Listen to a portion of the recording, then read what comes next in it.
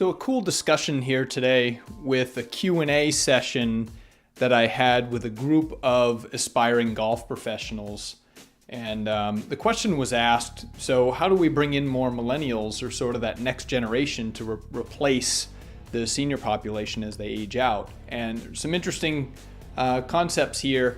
I get out to Germany every summer and notice some things about how they conduct their business out there and to bring in business during the shoulder hours of the day, the really early, really late evenings. Really interesting because their days are so long over there. It gets dark at like 10:30 at night. So they'd be sacrificing a lot of revenue if they shut off the tee sheet at 5 o'clock, and they don't do that. So I think deploying some trust, and in certain circumstances, there's some really creative solutions to bring in revenues for clubs in creative ways and attract those younger customers. Hope you like it, guys.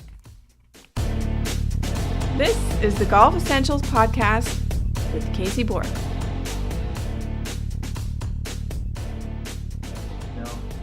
Yeah, so what are your ideas to draw the younger, the millennials to golf?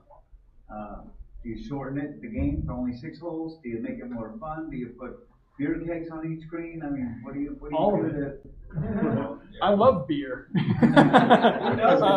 No, I think, How do you drive these millennials? yeah, so there's mindset? one is the time crunch, offering 10, 15 golf. years. You can market golf as like, hey, here's a way to experience golf in 90 minutes, right?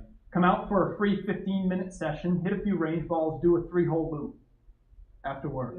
Drink beer after. That's how I would like And it. then your first beer is free after. Whatever. And then they'll drink more. Whatever it is, but you're marketing in a different way than 18 holes for $75, right? It's going to take 4 hours and you don't know what you're doing. You're going to lose 30 golf balls. Yeah, and it takes forever. I don't have forever. I don't want to throw $75 at the crowd, especially if I'm bringing my 2 daughters that are going to play 2 holes and then sit in the cart and watch the iPad. Yeah. You know what I mean? Like, how can I bring them out there, swat a few balls, go out for a 3-hole loop, hit and giggle, and go home in time for dinner? That's how you hit millennials. And so something cheaper, something fast, something easy. Another idea, so I go to Germany every summer. Which part? Bavaria? Right in the middle. No, up in the middle of the country. But one thing there, so in Germany is a very northern latitude. So the days are very, very long. So it gets dark at 11 o'clock at night. And maybe 10:45 in the summer. Beautiful. Right now it gets dark at like 3. But there's a private club there, and they're nice enough to extend me privileges. I can go up and play, and I've got groups that I play with, and it's really, really a fun thing. One of the groups that we play with, we go up there at 7 in the morning, and nobody's in the golf shop. Nobody's in the golf shop, and you can go up there, park, grab your stuff, and go play. And you check in, nobody's there. You go and you check in when you're done. Complete honor system. At the end of the day, same thing. They've got a check-in that's regular business hours. It's not golf pros checking in people. They've got a check-in counter, and they work from like 8 to 5, like everybody else in the world. But these early mornings, evenings, I've finished a round of golf at 10:45 before. That means you go play 9 holes. You start at 9. Think about that. And there's nobody there. It's awesome. But if I was a paying customer, they extend it to me. But what I've noticed is people are way more honest if you give them the opportunity than you think. There aren't a bunch of people up there freeloading and mooching the system, and nobody that goes up there wants to be called out as a liar or a cheat or a thief. And people go to this box. There's an envelope. You fill out your name and you put the money in. And there's probably better ways to do it. It's all cash, but you put it in the lockbox, and they know that you played. You think that would work in America? People do that. I This think one's in Germany, right? Yes, I think it would work in, imagine this circumstance. Imagine a community, think of Wakaiva here, or imagine a sort of a blue-collar community with a golf course at its core. The community desperately wants to see that golf course survive and stay in business.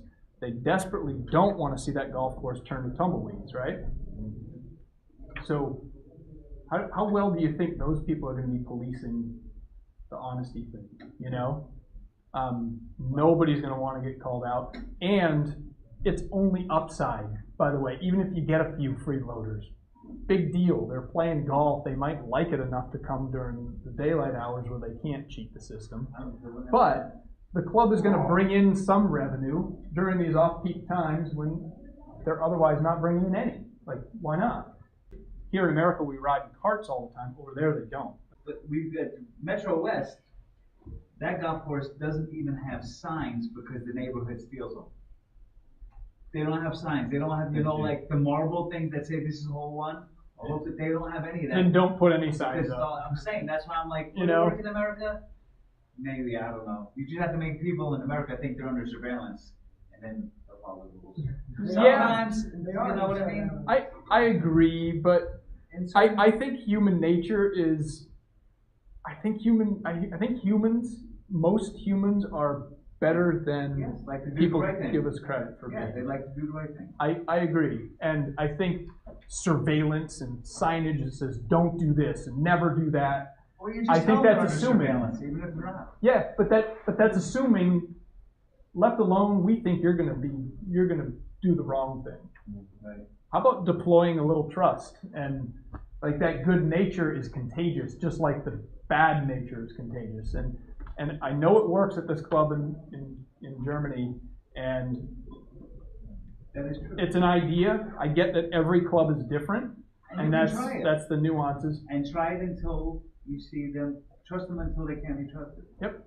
Yeah, so if somebody trusts me to do something, and I'm sure you guys are all the same, the last thing you want to do is spoil that trust. Absolutely. You know, you have this privilege to do something, and recognize if we all abuse it, it's going to go away.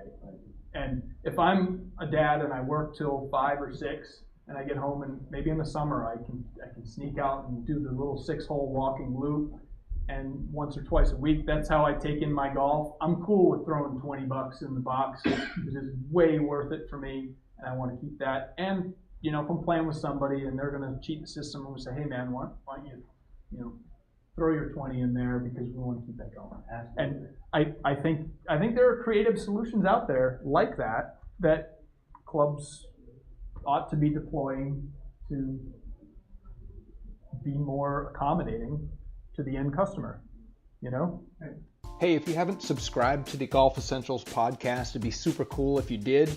If you really like the stuff, please share it with your buddies. I would really, really appreciate it. Thanks, guys.